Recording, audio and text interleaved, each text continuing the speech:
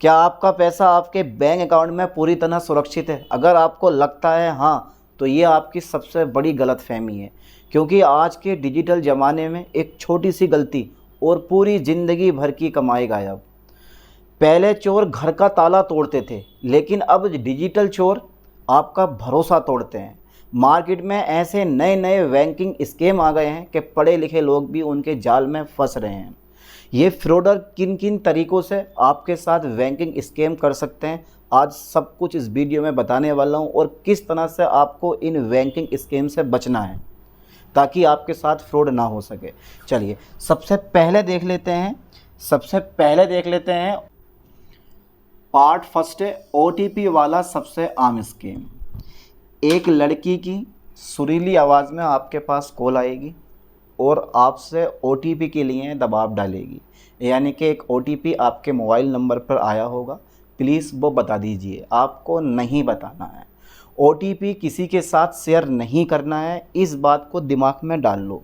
कोई भी कितना कहे कि मैं बैंक से बोल रहा हूँ, या जहाँ से आपने लोन लिया है मैं वहाँ से बोल रहा हूँ, या जहाँ से आपने क्रेडिट कार्ड बनवाया मैं वहाँ से बोल रहा हूँ, कृपया OTP बता दीजिए, वरना आपका बैंक अकाउंट फ्रीज़ हो जाएगा, आपका क्रेडिट कार्ड फ्रीज़ हो जाएगा, या आपका लोन अप्रूव नहीं हो पाएगा। किसी भी कंडीशन में OTP नहीं बताना है, ठीक है।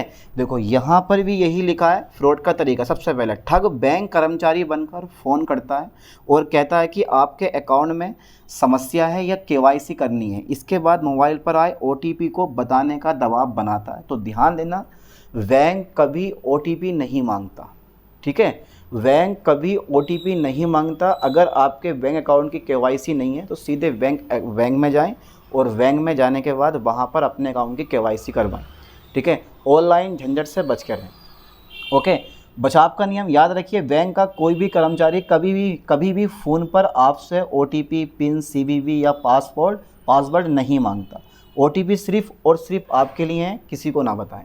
ध्यान देना, बैंक का कोई भी कर्मचारी कभी भी OTP नहीं मांगता है, क्योंकि एक आम इंसान, एक गरीब इंसान जो ज़्यादा पढ़ा लिखा नहीं होता, ठीक है, वो बड़ी आसानी से OTP बता देता है और किसी के भी दबाव में आ जाता है कि यार हमारा OTP है, बस वहीं उसके साथ सबसे बड़ा फ्रॉड हो जाता है, बैंक से पैसा कट जाता। तो आप पढ़े लिखे हों या पढ़े लिखे ना हो, OTP किसी को नहीं बताना है, ठीक है। OTP किसी को भी नहीं बताना है, ठीक है, क्योंकि बैंक का कोई भी कर्मचारी कभी भी आपसे OTP नहीं मांगता है, ठीक है। चलिए आगे देखते हैं। दूसरा फ्रॉड जो होता है ना, दूसरा फ्रॉड सबसे बड़ा स्कीम ये भी होता है। देखो पार्ट 2 है KYC अपडेट स्कीम, ठीक है। देखो मोबाइल पर मैसेज आता है कि आपकी KYC समाप्त हो गई है और दिए गए फर्जी लिंक पर क्लिक करें, ठीक है। यानी कि मोबाइल पर मैसेज आता है कि आपकी KYC समाप्त हो गई है और दिए गए लिंक पर क्लिक करें। कुछ इस टाइप का मैसेज आपको मिल जाएगा देखने के लिए। यहाँ पर ये देख रहे हो आप, ये मान लो ये भी ना एक फर्जी स्कीम, मतलब एक फर्जी मैसेज है ये। इस टाइप का आपको एक लिंक मिल जाएगा, ठीक है, कि इस लिंक पर करें आपको इतने हज़ार रुपये मिल जाएंगे, या इस लिंक पर करें आपकी लॉटरी लग जाएगी, या इस लिंक पे करें आपकी KYC हो जाएगी। तो ध्यान देना है, ठीक है, इन लिंक पे कभी भी क्लिक नहीं करना है। अगर लिंक क्लिक कर दिया तो कोई ना कोई फ़ाइल आपके मोबाइल में डाउनलोड हो जाएगी और आपके मोबाइल की जो स्क्रीन रिकॉर्डिंग यानी कि स्क्रीन होती है वो शेयर कर देगी, और जैसी स्क्रीन आपकी मोबाइल की शेयर हो जाएगी किसी दूसरे के फ़ोन में तो वो कुछ भी कर सकता है। तो ऐसे फर्जी लिंक से बिल्कुल बच के रहें। जैसा ऐसा कोई लिंक आए तुरंत ब्लॉक में डाल दें और ख़त्म कर दें। कभी सोचो कि यार मुझे इतने पैसे जो हैं इतने मिल रहे हैं, ऐसा होता है ना कभी कभी कि आप इतने पैसे जीत गए हैं, कृपया इस इतने पैसे को अपने बैंक अकाउंट में लाने के लिए इस लिंक पे क्लिक करें। बस वहीं पे क्या है, धोखाधड़ी का शिकार आप लोग हो जाते हो, इस लिंक पे क्लिक कर देते हो और आपके जो अकाउंट का पैसा होता है वो गायब हो जाता है। समझ गए इस चीज़ को? तो ऐसे फर्जी लिंक पे कभी भी आपको क्लिक नहीं करना है, ये ध्यान देना। देखो मोबाइल पर मैसेज आता है कि आपकी KYC समाप्त हो गई है और दिए गए फर्जी लिंक पर क्लिक करें। लिंक खोलकर लोग क्या करते हैं, बैंक डिटेल भर देते हैं, ठीक है, ध्यान देना। लिंक खोलकर लोग bank detail, card number, CVV और OTP दर्ज कर देते हैं, जिससे भारी नुकसान होता है, ठीक है। समझ गए? ऐसा नहीं करना कभी भी, ध्यान देना। कोई KYC वगैरह अगर करवानी है सीधे बैंक जाओ और बैंक के अधिकारी वहाँ पर बैठे हैं, 72 घंटे के अंदर आपकी KYC या CKYC कर देंगे। तो डरने वाली कोई बात नहीं होती, आराम से करवा सकते हो। लेकिन ऑनलाइन से बच के रहें, मैं यही कहना चाहूँगा कि ऑनलाइन चीज़ों से आप बच के रहें, ज़्यादा से ज़्यादा बैंक के मामले में ऑनलाइन चीज़ों से बच के रहें। ठीक है, देखो हमेशा ऑफिशियल वेबसाइट या ऑफिशियल ऐप से ही जानकारी वेरीफाई करें। चलिए आगे देखते हैं। तो इस तरह के मैसेज से आपको बच के रहना है, कभी भी इन लिंकों पे कभी भी क्लिक नहीं करना, ध्यान देना। चलिए आगे देखते हैं। आगे देखते हैं पार्ट 3 एंड 4 है customer care and UPI scheme. देखो ज़्यादातर कस्टमर केयर, ठीक है, कस्टमर केयर का मतलब समझते हो, हर एक बैंक का कस्टमर केयर होता है, हर एक फाइनेंस जो एजेंट होते हैं वो भी होते हैं, उनके पास भी एक पर्सनल नंबर होता है। कोई भी आपके साथ फ्रॉड कर सकता है। मान लो एक ऐसा कस्टमर केयर है जो पहले बैंक में काम करता था, उसने आप सब लोगों की डिटेल निकाली और अपने माइंड में सेव करी या अपने पास सेव करी, और जब वो वहाँ से उस बैंक को छोड़ के किसी दूसरी बैंक में शिफ्ट होता है या जॉब छोड़ देता है, तो वो आपके साथ स्कैम करता है। ये ध्यान देना हमेशा। और ये स्कैम ज़्यादातर उन लोगों के साथ होता है जिन्होंने हाल ही में नए अकाउंट खुलवाए हैं या फिर नया क्रेडिट कार्ड लिया है। ठीक है, उन लोगों के साथ ज़्यादातर फ्रॉड होता है, क्योंकि नए लोग जो हैं उन चीज़ों के बारे में जान नहीं पाते हैं। ठीक है, और बड़ी आसानी से उन लोगों की कस्टमर केयर की बातों में आ जाते हैं। तो ध्यान देना, गूगल पर फर्जी नंबर खोजकर कॉल करने पर ठग करते हैं कि स्क्रीन शेयर करें या रिमोट एक्सेस ऐप इंस्टॉल करें। कभी भी अनजान ऐप इंस्टॉल ना करें, कोई भी अनजान ऐप आपको इंस्टॉल नहीं करना। जैसे मान लो आपने किसी बैंक में खाता खुलवाया, उसके बाद आपके पास एक कॉल आती है कि यार ये जो हमारी बैंक है, इस बैंक का एक ऐप हैगा, वो अपने मोबाइल में इंस्टॉल कर लो, मैं लिंक भेज दे रहा हूँ। बस आपने लिंक करा, वो ऐप इंस्टॉल कर लिया। अब जो आप इंस्टॉल करा उसमें आपने अपना सारा डेटा भर दिया, पैन कार्ड नंबर, आधार कार्ड नंबर, ठीक है, CVV, ठीक है, सब कुछ भरने के बाद अब सब कुछ, क्योंकि वो एक अनजान ऐप है और जिसके पास उसका एक्सेस होता है वो आपके साथ फ्रॉड कर देता है। समझ गए इस चीज़ को? तो कोई भी ऐसा एप्लीकेशन आपको इंस्टॉल नहीं करनी है। देखो होता क्या है कि जो कस्टमर केयर होता है ना, वो क्या काम करता है, कस्टमर केयर वाला जो होता है वो आपको फ़ोन करता है।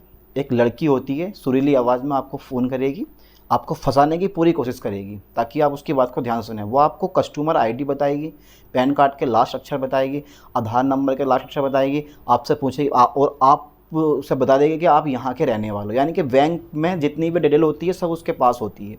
समझ गए? समझ गए? अब आपको भरोसा हो जाता है कि यार इसके पास मेरी सारी डिटेल है, तो वो आपसे पूछेगी कि एक फ़ाइल मैंने आपके मोबाइल में भेज दी है व्हाट्सअप नंबर पर या ऐसे करके, और इसमें जो है 3-4 अंकों का कोड होता है वो डाल दीजिए। बस वहाँ पे आपके साथ स्कैम हो जाता है। तो इन चीज़ों से सब बच के रहना है बिल्कुल भी, ठीक है, बहुत ज़्यादातर, क्योंकि आजकल बहुत ज़्यादा स्कैम चल रहा है। ठीक है, तो ध्यान देना, फेक कस्टमर केयर से बच के रहना है बिल्कुल भी। और दूसरा पॉइंट, UPI पिन जो होता है ना, सिर्फ पैसा ट्रांजिशन के लिए होता है, पैसा भेजने के लिए होता है, पैसा लाने के लिए UPI पिन का हम यूज़ नहीं करते हैं। ठीक है, देखो अगर UPI पिन फ्रॉड होता है तो ये पूरे का पूरा ऐप जो है ना हैक कर लेते हैं OTP के ज़रिए। मेन काम OTP का ही होता है। ठीक है, मान लो आप फ़ोन पे चलाते हैं, ठीक है, तो फ़ोन पे का पूरा एक्सेस ये फ्रॉडर जो है अपने हाथ में ले लेते हैं अगर आपने OTP शेयर कर दिया तो। यानी कि वहाँ से कंट्रोल करेंगे ये सब कुछ। समझ लो चीज़ को? तो पैसा रिसीव करने के लिए कभी भी UPI पिन डालने की ज़रूरत नहीं होती है। ध्यान देना कि यार इतना पैसा हमने भेजा है और इसमें जो है UPI पिन डाल के आप जो है डाउनलोड कर लो। तो बहुत समझदार, अगर आपको लग रहा है कि यार मेरे साथ फ्रॉड हो रहा है या फिर होने वाला है या फिर ये मैसेज क्यों आया, तो किसी ऐसे इंसान से संपर्क करें जो उसके बारे में ज़्यादा जानता हो। वो आपको क्लियर बता देगा कि यार ये गलत चीज़ है, इस पर मत करना कभी भी। ठीक है, तो UPI पिन सिर्फ पैसे भेजने के लिए होता है, जल्दबाजी में पेमेंट अप्रूव ना करें, ध्यान देना। चलिए आगे देखते हैं। आगे देखते हैं, देखो पार्ट 5 है फेक बैंक ऑफिसर स्कीम। ठीक है, देखो अकाउंट बंद होने की धमकी। फ़ोन पर कहा जाता है कि आपके पैन में समस्या है, अकाउंट फ्रीज होने वाला है या आपके खिलाफ़ शिकायत आई है। इसी डर में लोग गोपनीय जानकारी शेयर कर देते हैं।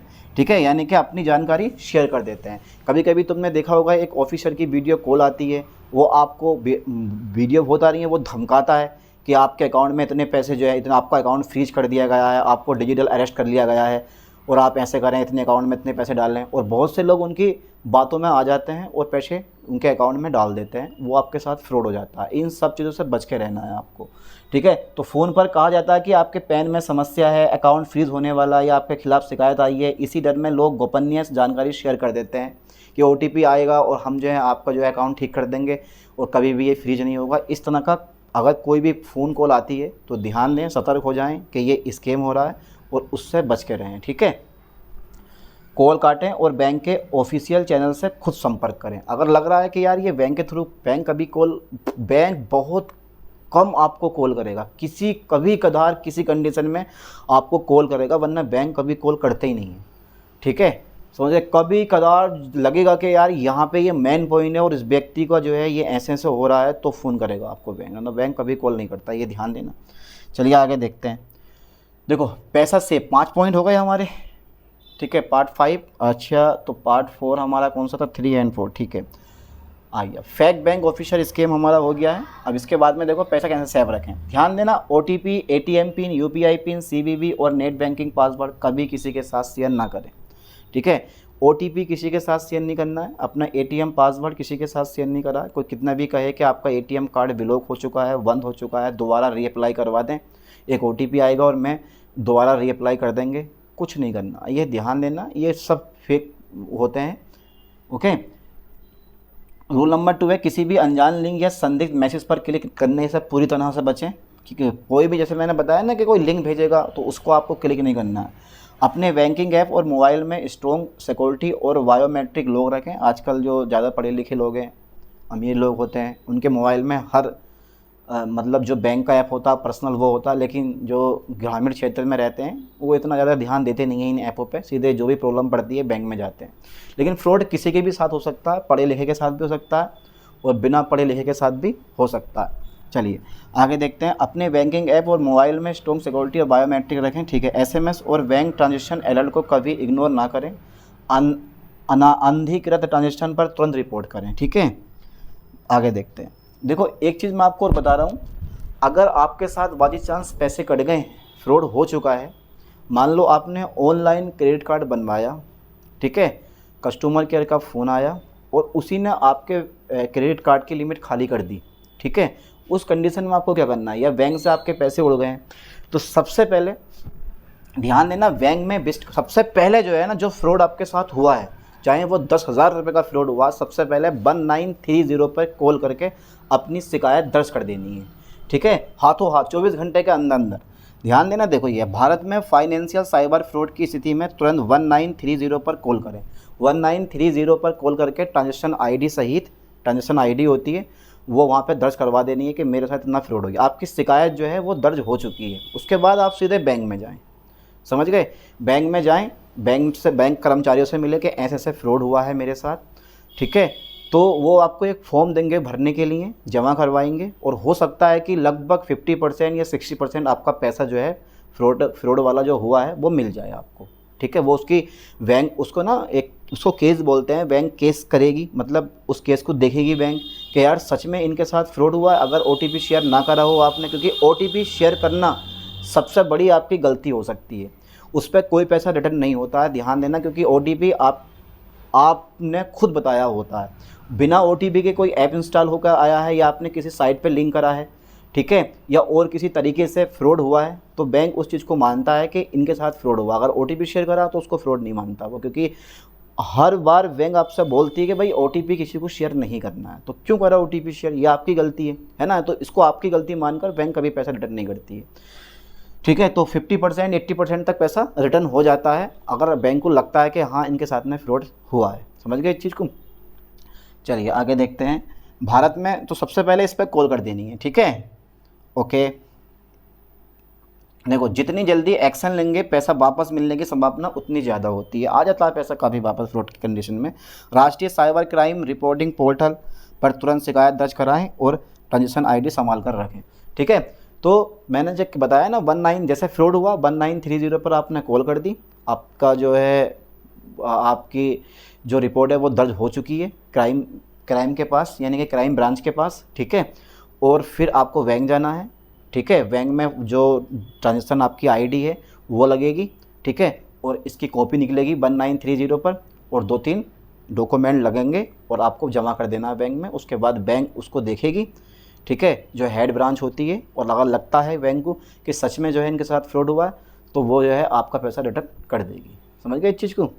तो भैया इन चीज़ों से बच के रहना। और कोई भी रिश्तेदार बनकर कि मैं आपका ताऊ बोल रहा हूँ, चाचा बोल रहा हूँ, नए फ़ोन नंबर से मुझे इमरजेंसी में 2000 रुपये ट्रांसफ़र कर दो, नहीं करने हैं। वो भी आपके साथ स्कीम हो रहा है, फ्रॉड हो रहा है। एआई आवाज़ से बहुत कुछ चीज़ें बन जाती हैं, एआई आवाज़ के द्वारा भी बहुत सी चीज़ें बन जाती हैं। समझ गए चीज़ को? तो इन चीज़ों से बच के रहना है और अपना पैसा अपनी बैंक में बिल्कुल सेव करके रखना है। चलिए मिलते हैं नेक्स्ट वीडियो में। थैंक्स।